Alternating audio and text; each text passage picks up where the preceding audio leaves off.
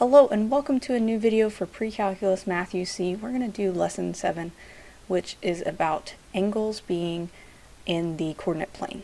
And so I've got a title here, Coterminal and Reference Angles, but you don't know what either of those mean at this point probably. So let's go ahead and dive in.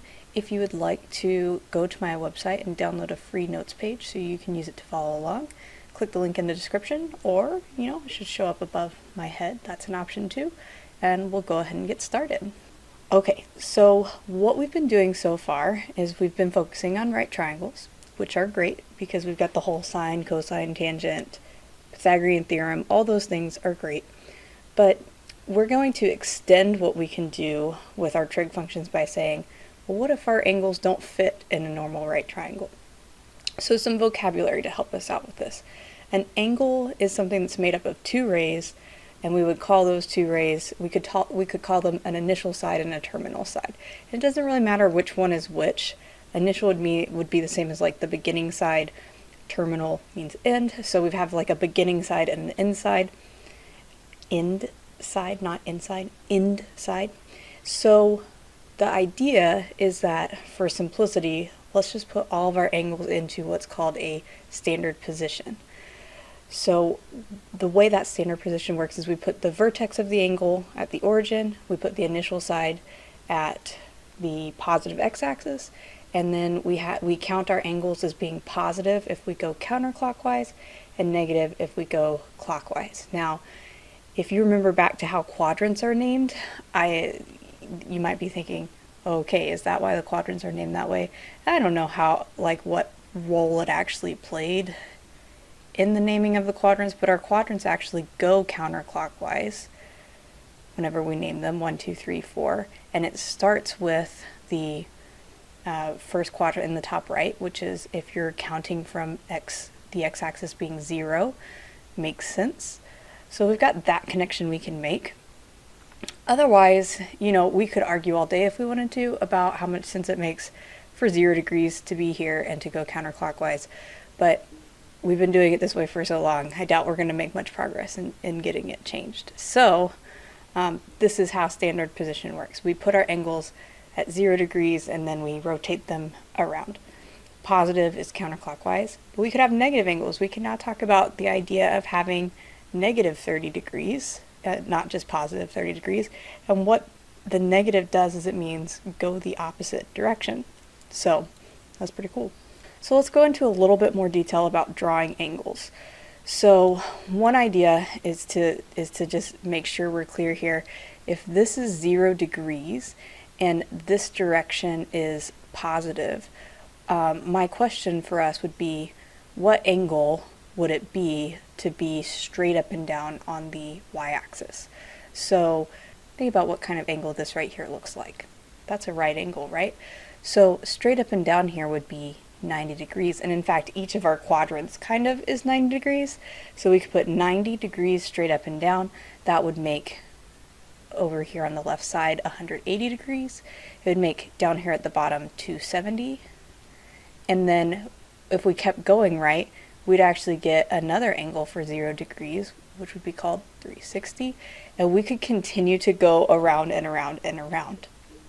If you have ever followed skateboarding or figure skating or anything else like that where they do tricks where they turn around in a circle, so some kind of dancing, some kind of snowboarding, skiing, whatever it is, they have tricks that they name based on them rotating around. So 360 would be if you manage to turn all the way around and face forward again. 720 would be being able to turn around twice, right? So we can talk about angles that are bigger than 360 because we were talking about, okay, what if we did go all the way around and then some?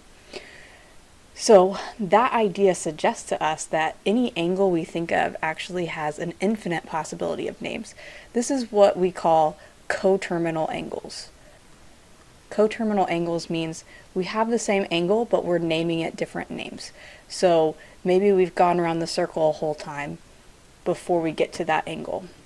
So if I draw, say, a 45-degree angle here, one of the names that angle could have would be 45 degrees, but also I could say, well, what if I went all the way around the circle first? What if I did 360 plus 45?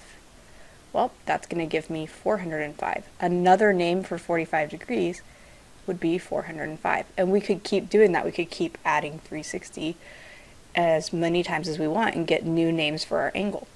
The other way we could get coterminal angles is we could actually say, well, what would happen if we went backwards? What would the negative equivalent of positive 45 degrees? What if instead of going around the positive direction, we go the negative direction? So what would it look like if we did this instead?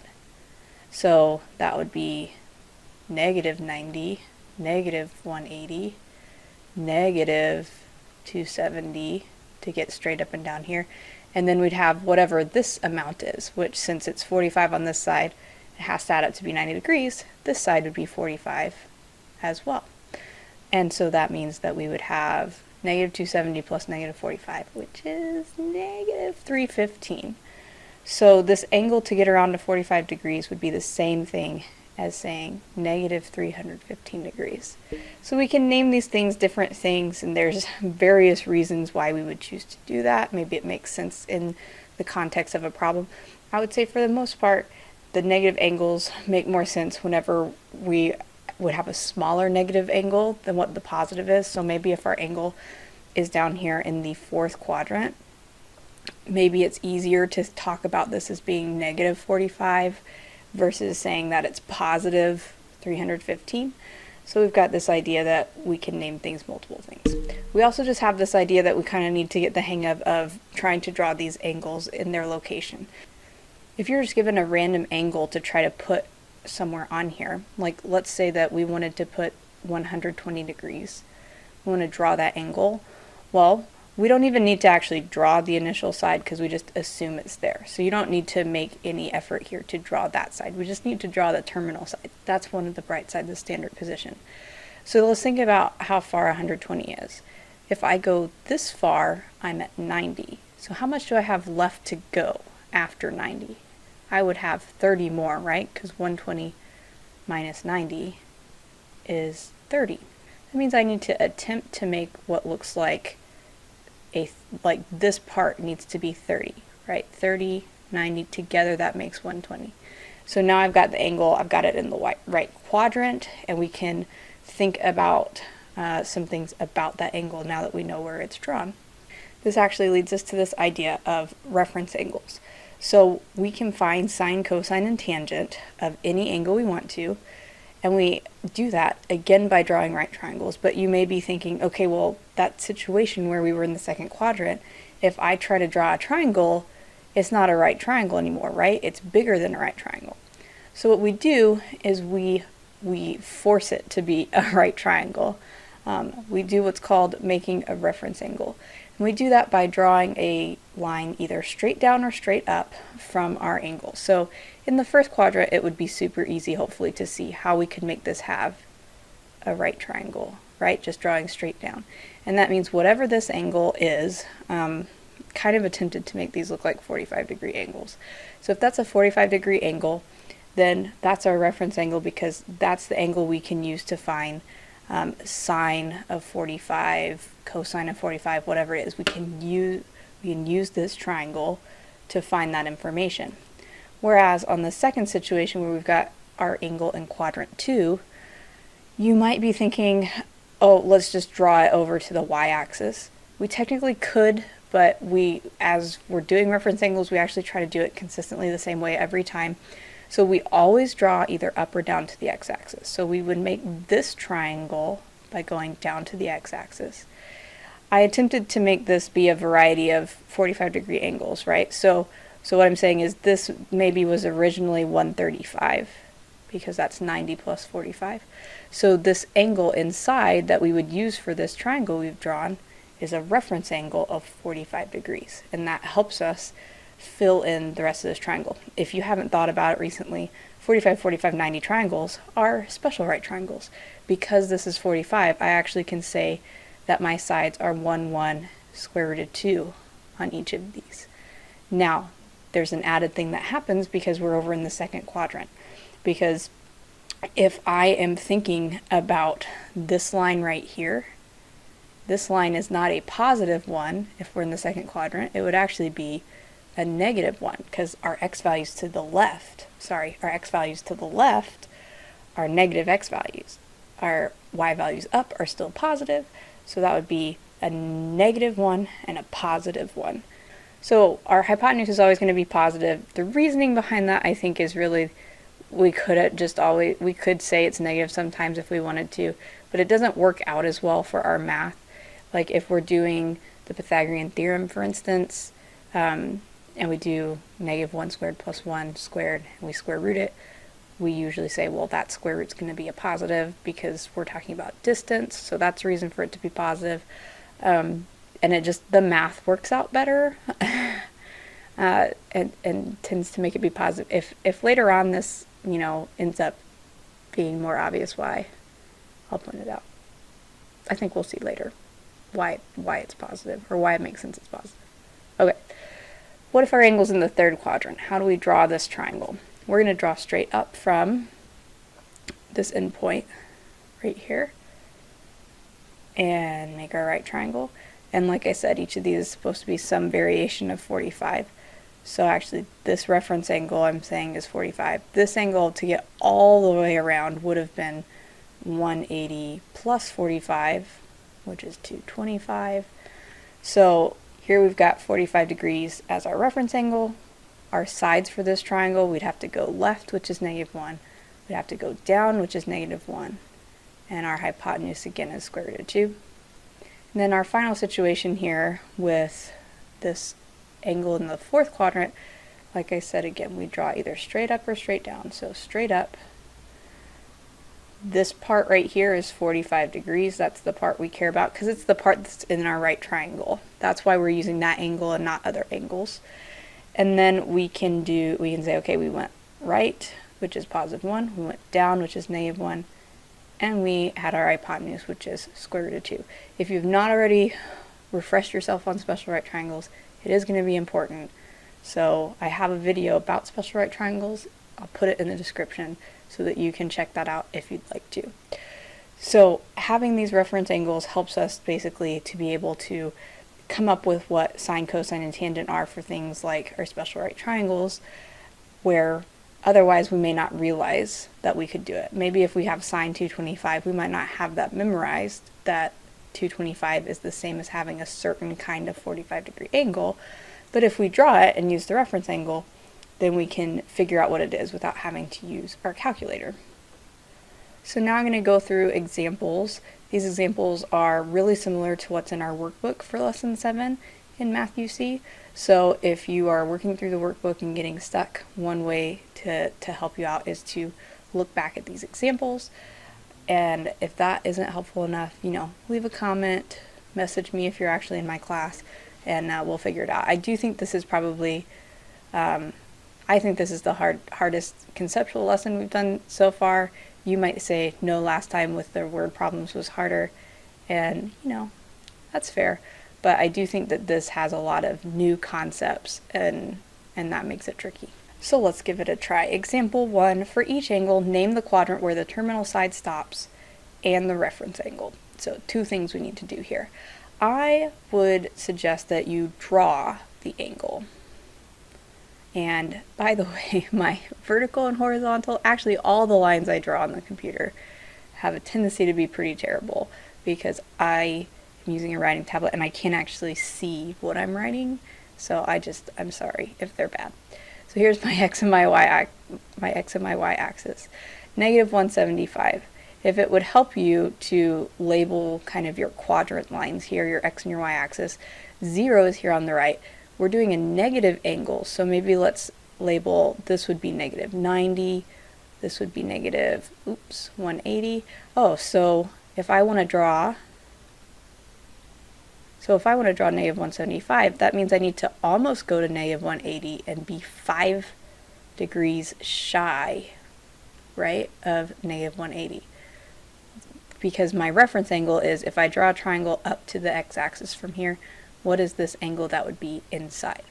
So it looks to me like we've got quadrant 3. So that's part of our answer. I don't know why, but we tend to label quadrants in Roman numerals, so that's a fun time, quadrant 3. And then our reference angle here is 5 degrees. So there's our 2 answers. Let's give B a try. 230 degrees, and it's positive.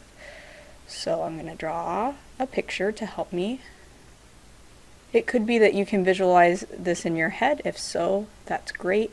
But if you're trying to visualize it in your head and you're getting wrong answers, the next best thing is to try to draw it and see if that helps. So 230, we would have to go past 90, past 180, but not all the way to 270. How much past 180 is 230? It would be 50 past. So I just kind of approximate this, right? But here is our reference angle, which would be 50 degrees.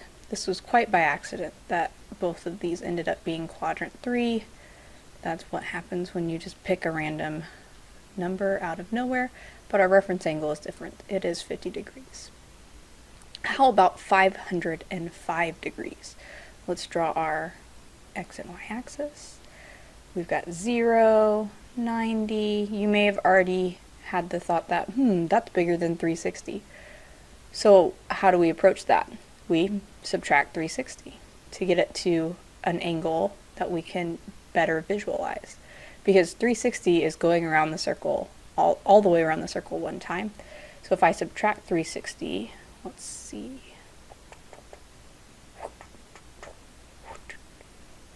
I get 145 degrees. And so that's what I can graph more easily than trying to actually graph 505. So 145 would go past 90. 145 would go past 90, but not all the way to 180. And so we could kind of think of this a couple different ways actually to try to get the reference angle. If this is 145, then we could say, well, what is 180 minus 145? That would give us the angle right here.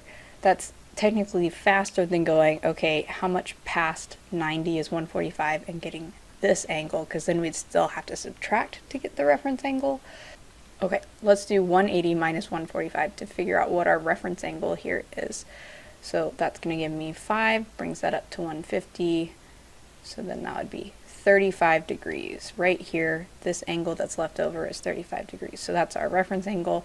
And this is in quadrant 2.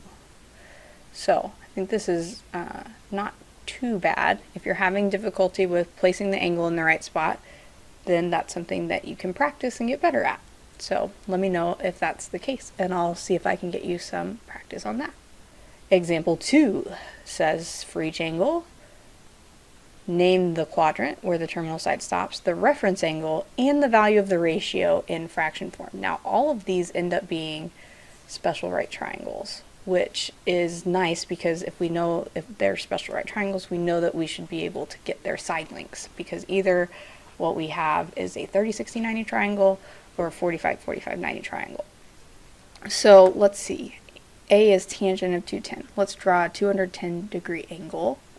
Alright, so we'd go past 90, past 180. We would be 30 past 180. So that's not going to be a halfway like 45. It's going to be a little bit closer to this 180. And then I finish by drawing my triangle. How accurately you draw this angle doesn't really matter a ton, but for me it helps to say, okay, if this is 30 and I make it smaller, then it helps me to see which side should be which. What I mean by that is the number square root of 3 is bigger than the number 1. So by perspective, this should be 1, this should be square root of 3, this should be 2. And then we go back and we say, okay, some of these are supposed to be negative because we went left and down. So this should be negative, and this should be negative. Now our tangent is talking about the opposite and the adjacent side. We do that from our reference angle here. So what is the opposite side from 30 degrees? It would be -1. And what's our adjacent side? It would be negative square root of 3.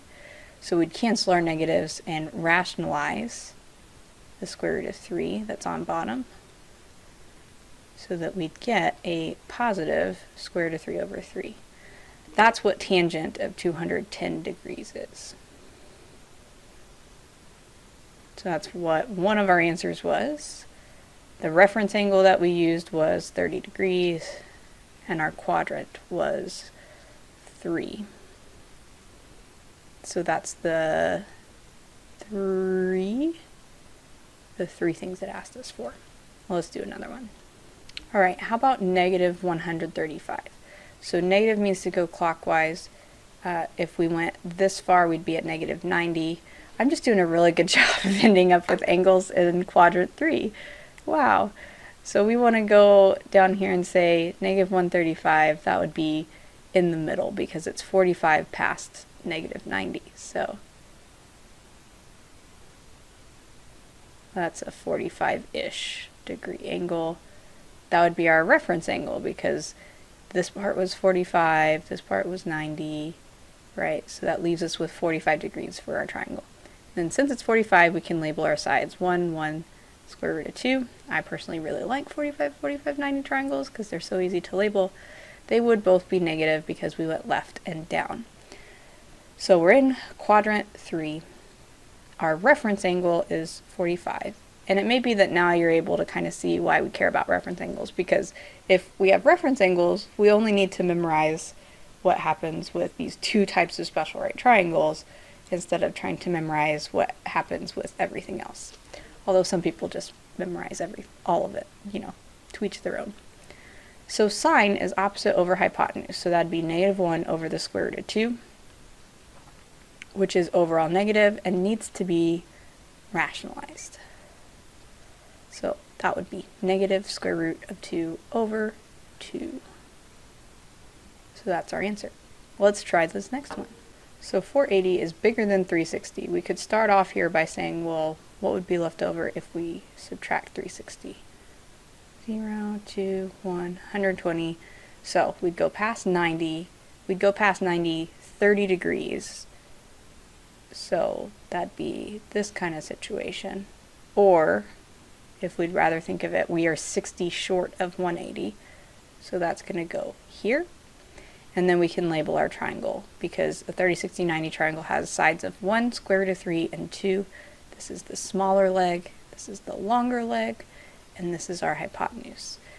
Only the 1 needs to be negative because square root of 3 we went up, which is a positive direction. Cosine of 480 is adjacent over hypotenuse. Well, cosine in general is adjacent over hypotenuse. So this would be negative 1 over 2, which is just negative 1/2. This is in quadrant 2, and our reference angle here was 60 degrees. So that's our information. Okay, example 3. Find the 6 trig ratios of an angle with the given point on the terminal side. Draw a diagram.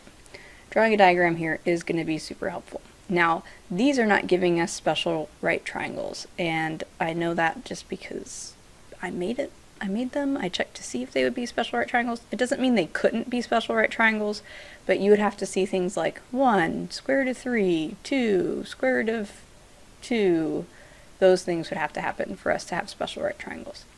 What we're going to do is we're going to draw this point, negative 6, negative 7. So that means going left and down. We're in the third quadrant again. Didn't ask us what quadrant we were in, but there it is. We're in this quadrant. These are almost equal length, by the way. Wonderful looking triangle there. So if this point is negative 6, negative 7, that actually tells us about the side lengths of this triangle we've drawn, because the negative 6 is telling us how far we went left, and the negative 7 is telling us how far we went down. Since we need all 6 trig ratios, and some of those trig ratios use the hypotenuse, we actually need to do the Pythagorean theorem here. You can do it with the negatives or without, because since we're squaring, the negatives should go away anyway. We need to do negative 6 squared plus negative 7 squared, and then square root that. And I would prefer a reduced fraction with reduced radicals over a decimal. And it says find the ratio, so I think that the workbook answer should be on board with that, hopefully. So let's see, 36 plus 49, which is 85, and 85 has 5, which goes in 17 times, so it doesn't simplify. So our hypotenuse is square root of 85. We're going to find all the trig functions, and we don't know what this angle is, so we're just going to call it a nice generic theta. We know it's in the third quadrant, but we don't know anything else about it. We could find it using inverse of one of these trig functions, but we weren't asked to, so we don't need to find it. So sine of theta is going to be opposite over hypotenuse, so that would be -7 over the square root of 85. We're going to rationalize that, but let's also go ahead and say what cosecant would be, because cosecant is the reciprocal, right? We flip this over and we get cosecant. So cosecant would be -85 over 7. Now let's rationalize this. We times by square root of 85 on top and bottom, and that gives us -7 square roots of 85 over 85. Draw a line here to separate those things. Maybe a line here too. And then let's look at cosine. Cosine of our angle is adjacent over hypotenuse, so that's going to be -6 over square root of 85. So our secant, which is the reciprocal of cosine, is going to be the flip of that, so negative square root of 85 over 6.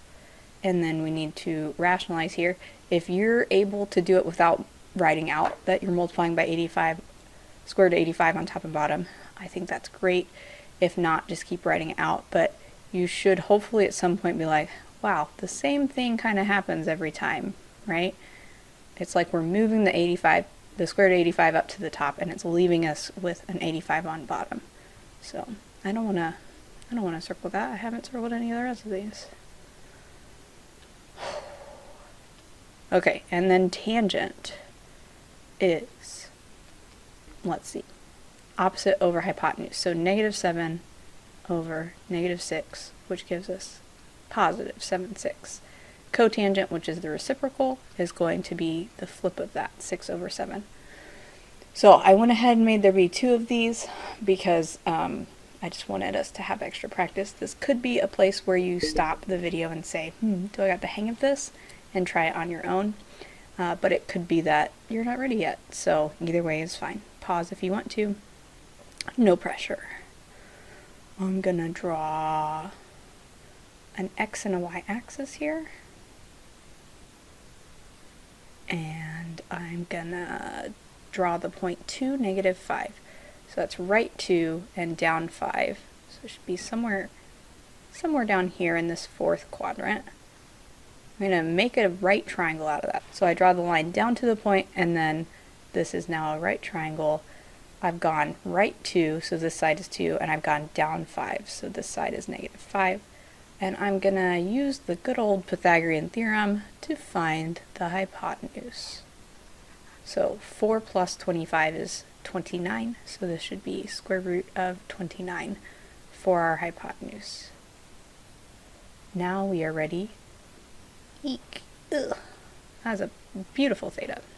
Now we're ready to find all these things. So sine of theta is opposite over hypotenuse, so -5 over the square root of 29, which rationalizes to be -5 square roots of 29 over 29. So that's sine. Our cosecant, if we want to fill it in over here, is the reciprocal, so you flip before we rationalize, otherwise we'll just have to rationalize again. So that'd be negative square root of 29 over 5. Then we're going to do cosine. And then we have adjacent over hypotenuse, so 2 over the square root of 29, which rationalizes to be 2 square roots of 29 over 29. Secant is going to be the flip, which is square root of 29 over 2. And then tangent is going to be opposite over adjacent, so that's -5 over +2, which is just -5/2. And cotangent is going to be the flip of that, which is -2/5. So there's our 6 trig functions. if we are given a point. So we had example 2 where we had special right triangles, and that let us figure out what the side lengths were because we knew what the angle was and we knew what that meant about those sides. But here in example 3, we never figured out the angle. We just said, if these are the two sides, I can find out all 6 trig functions without ever having to think about what the angle is, which is kind of a weird thing to do, but is actually a pretty common thing that we're asked to do, is just say, okay, what's sine of this, without even necessarily thinking about what the angle is. Okay, example 4 asks us to do a lot of things, kind of put this all together. So hopefully this kind of helps us go over everything we've done thus far. We're going to sketch the angle, find the reference angle, note in which quadrant it lies, and then fill in the table. So this table is just in our workbook to help us organize, and we could go ahead and fill in theta on each of these. For A, our theta is 180. For B, our theta is 240. So we need to draw a diagram, or at least I think that would be helpful, to go ahead and draw where these angles are. And I'm going to kind of take it one thing at a time here, partially because A is actually a little weird. If you hadn't already thought about it, 180 is over here. So the angle for 180 is actually on this quadrant line. So that doesn't make a triangle, right? It just makes a straight line out to the side. Whereas 240 over here, continuing on with my accidental third quadrant preference, 240 is down here because it's past 180, it's past 180 60 degrees. So we could actually fill in some things here. Our reference angle would be 60 degrees. It's in the third quadrant. So for 180, I would argue it's not in a quadrant. I actually don't know how people decide which quadrant it's in. So you could say it's in 2 and 3 if you wanted to. You would say in A because it's not applicable, and I'd be happy with that, but it is not. It's certainly not in the first or fourth quadrant. We can definitely go with that. So what's our reference angle here? Well, I would argue that our reference angle is 0, because if we're trying to draw up or down, but we can't, then our reference angle here is 0. We haven't actually talked about what happens when we're on a quadrant line. This is going to be the time, I guess, that we do that. Now let's do 240 first, though, because I think that's more familiar. 240 gives us a 30, 60, 90 triangle, which means we can label our sides, just like what we did earlier. That we'd go left 1, down square root of 3. So those are both negative, and our hypotenuse would be 2. So hey, we figured out our hypotenuse. That's great. How about our sine, cosine, and tangent of this angle? So it's important to understand here, sine of 240, because of this reference angle, is the same as saying sine 60, but we have to take into account these negative values for our side lengths. So that's why we're using a reference angle. So I was going to say is equal to sine 60. I can't actually say it's equal to sine 60 because I don't know if it's going to end up being positive or negative. So it might be, but it might not be exactly equal.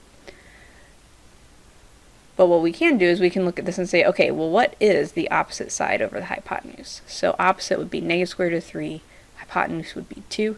So our sine is negative square root of 3 over 2. Our cosine is adjacent over hypotenuse.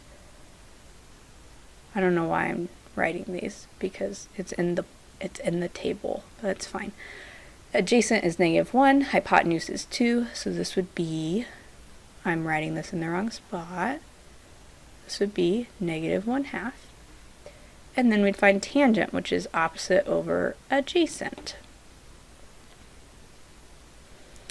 So that would be negative square root of 3 over negative 1, which simplifies to be a positive and also just to be square root of 3. Anytime what we end up with is a special right triangle, we write it with these radicals and as simplified fractions. We do not go into our calculator and say, hey calculator, what is square root of 3? And then write that decimal answer. Don't do it. That's the whole reason we like special right triangles, or one of the reasons we like special right triangles, is it helps us not have to round.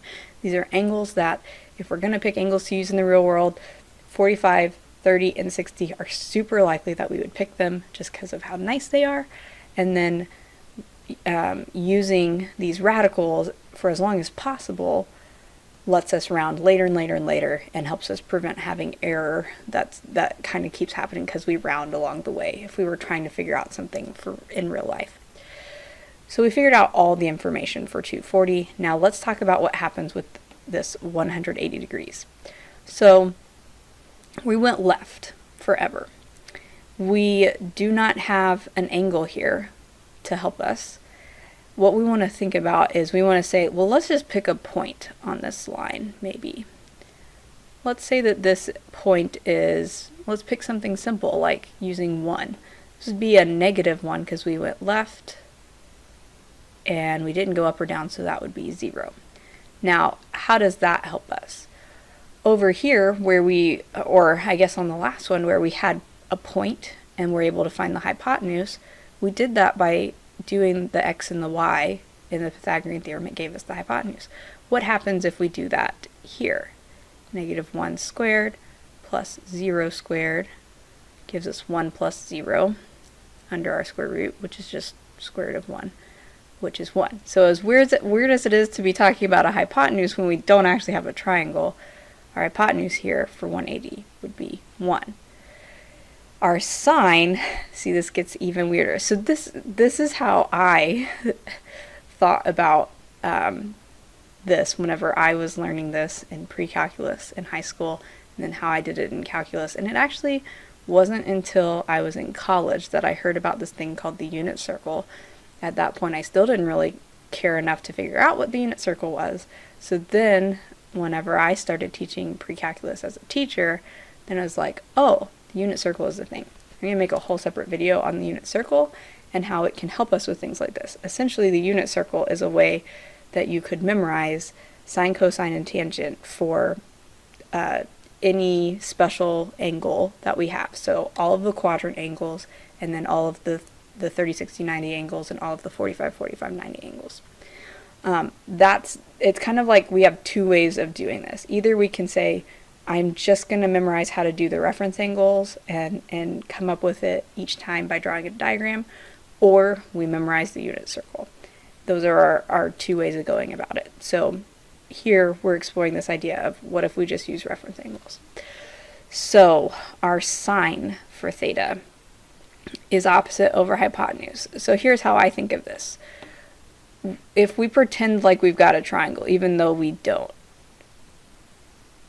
right? This would be a -1. This would be a 0. Our hypotenuse is 1. That's how we could pretend that we have a triangle. That's not a real triangle, right? You can't have a triangle with a side of 0, but that's how we would make it fit our opposite hypotenuse situation. Our opposite side would be 0 and our hypotenuse would be 1. So this would be 0 over 1, which is 0. Then we'd think about cosine. If we got -1 over 1, that would be -1. For tangent, this is where it can get tricky. Now in this case, tangent is 0 over -1, which is 0. If it was the other way around though, if we end up with 0 on bottom, remember 0 on bottom is undefined. So keep that in mind. Thanks so much for watching. Hope you enjoyed this video. There was a lot of stuff in it, so this may be something that takes you a bit to get the hang of, and I totally get that.